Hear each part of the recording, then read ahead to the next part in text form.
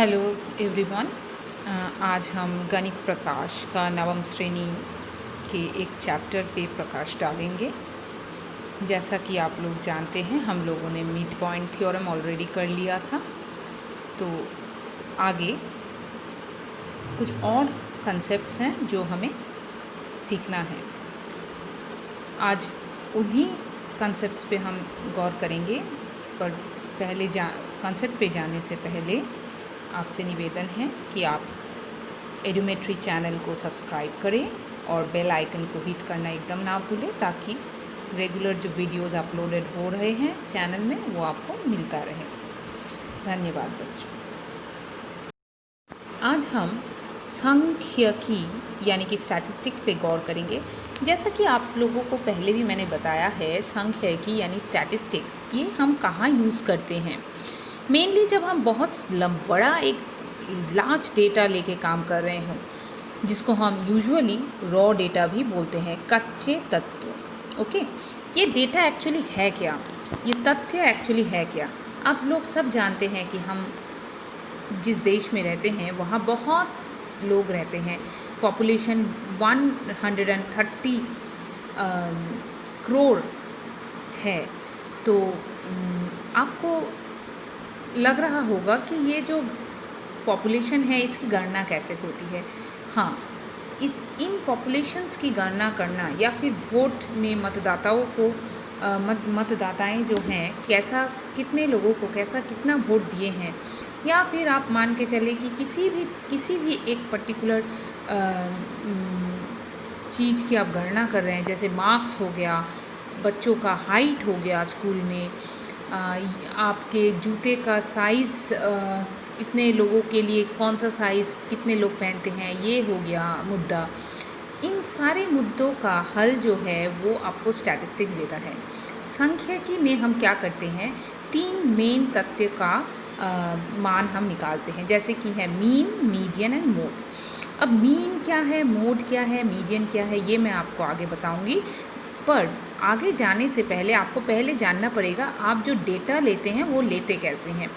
यहाँ मैंने एक चीज़ पे आपको गौर करने के लिए बोल रही हूँ। अब देखिए क्या लिखा है, गांव के परिवारों की भोजन के लिए दैनिक खर्च। तो यहाँ जो आपको येलो बॉक्स में दिख रहा है वो किसी गांव के 50 परिवारों की भोजन के लिए दैनिक जो खर्च है वो दिखाया गया है। कभी देखिए 145 है, तो कभी 75 है, कभी 225 है, ऐसा करके 50 कुछ नंबर्स यहाँ आपको दिख रहा है। इन 50 जो नंबर्स आपको यहाँ दिख रहा है, इनको अगर हम टैबुलेशन करके टैली मार्क के सहायता से इनको थोड़ा टैबुलेशन करके लिखने की कोशिश करें तो वो इस तरह से दिखेगा।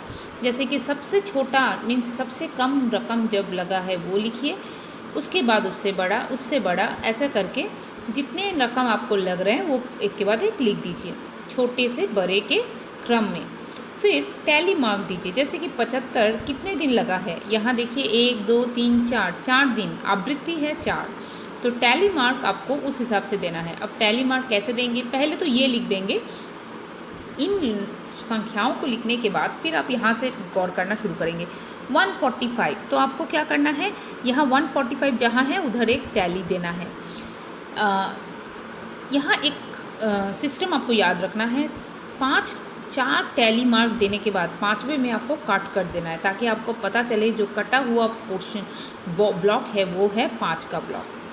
यहाँ है 145, उसके बाद है 150, तो 150 जहाँ है उसके पास आप टैली दे दीजिए। 200, फिर 200 जहाँ है उसके पास टैली दे दीजिए। इसी तरह से लगातार आप जैसे जैसे नंबर्स आता रहेगा वैसे वैसे टैली देते रहेंगे। 5 टैली का दाग हो गया, 4 टैली का दाग हो गया, तो 5वें में काट देंगे। यही है इसका नियम। इसके बाद आप जो है टैली को देख के यहाँ आवृत्ति नोट करेंगे। जैसे 4 है तो 4, 3 है तो 3, 5 + 1 6, 5 + 2 7, उसी तरह से पूरा आवृत्ति नोट किया गया है। इन आवृत्तियों को नोट करने के बाद टोटल आवृत्ति 50 है कि नहीं ये चेक करना ज़रूरी है, तभी पता चलेगा कि आपने यहाँ आवृत्ति नोट करने में या टैली मार्क देने में कोई गलती नहीं की है। अगर कहीं भी आपने गलती की है तो ये 50 आना मुश्किल है। ठीक है, तो ये रहा आपका पहला कंसेप्ट जो है किसी भी रॉ डेटा को कैसे आप टेबुलेशन में डालेंगे। उसके बाद है संख्यात्मक लक्षण को चल, यहाँ लिखा है संख्यात्मक लक्षण को चल कहते हैं।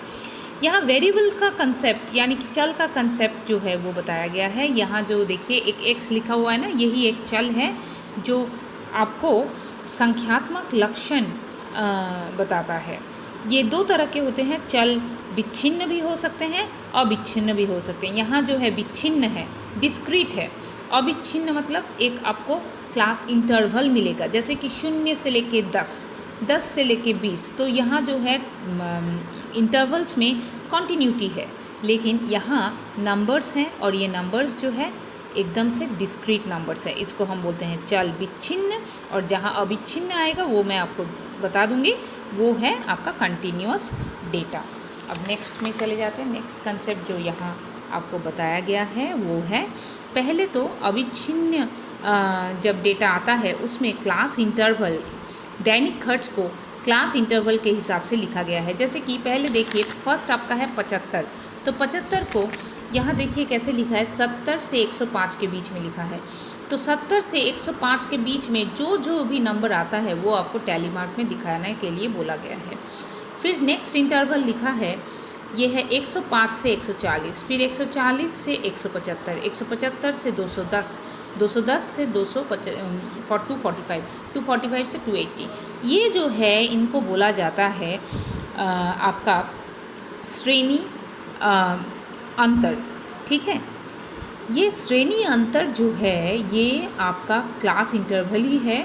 श्रेणी के हिसाब से अगर आप दिखाएं तो आप जो डेटा को दिखा रहे हैं, चल को दिखा रहे हैं, वो अविच्छिन्न आकार में दिखा रहे हैं। ठीक है, उसी प्रकार से आप टैली मार्क नोट कर रहे हैं। फिर आपको टैली मार्क का गिन के आपको यहाँ आवृत्ति लिखना पड़ रहा है। तो ये जो विस्तार है टोटल, सबसे कम है 75, सबसे ज़्यादा है 275। इनका जो अंतर है वो आप नोट करते हैं, करके आपको आ रहा है 200। तो 200 को आप कितना क्लास इंटरवल चाह रहे हैं उस हिसाब से आप ले सकते हैं। अगर आप 10 से भाग दे दें तो 20 का अंतर लेके आप कर सकते हैं, तो आपको 10 इंटरवल मिलेगा। यहाँ आपको देखिए 6 इंटरवल्स लिए हैं, तो 200 को 6 से भाग देने से आपको पता चल जाएगा कितना इंटरवल आपका होना चाहिए। ठीक है, तो उस हिसाब से आप लेंगे। पहले सबसे बड़े से सबसे छोटे को आप माइनस करके अंतर निकालेंगे, उसको आपके ऊपर डिपेंड करता है आप कितना इंटरवल चाहते हैं, उस हिसाब से आप भाग करके इंटरवल अपने हिसाब से निकाल सकते हैं। इसमें कोई स्ट्रिक्ट रूल नहीं है कि ऐसे ही करना है वैसे ही करना है। ठीक है, तो और एक बात, जो आवृत्ति है उसको हम बोलते हैं, श्रेणी की आवृत्ति को बोला जाता है क्लास फ्रीक्वेंसी। क्लास फ्रीक्वेंसी को देख के पता चलता है कि किस फ्रीक्वेंसी में ज़्यादा लोग आ रहे हैं। जैसे कि यहाँ थोड़ा गौर करेंगे तो 13 जो है सबसे ज़्यादा है। तो 13 के इस तरफ देखिए 105 से 140, यहाँ है 175 से 210। तो ये जो इंटरवल है इसी के बीच में मोस्ट ऑफ द डेज़ खर्च जो है, दैनिक खर्च जो है मोस्ट ऑफ द डेज इसी के बीच में रहता है। ये हमें एक बार में ये टेबल देख के पता चल जाता है, लेकिन अगर हम इस तरफ टेबल में देखेंगे तो ये जानना बहुत ही मुश्किल हो जा रहा है। बच्चे अभी आज इधर ही हम ख़त्म करते हैं। नेक्स्ट वीडियो में मैं पूरा डिटेल में आगे का आपको बताऊंगी। धन्यवाद।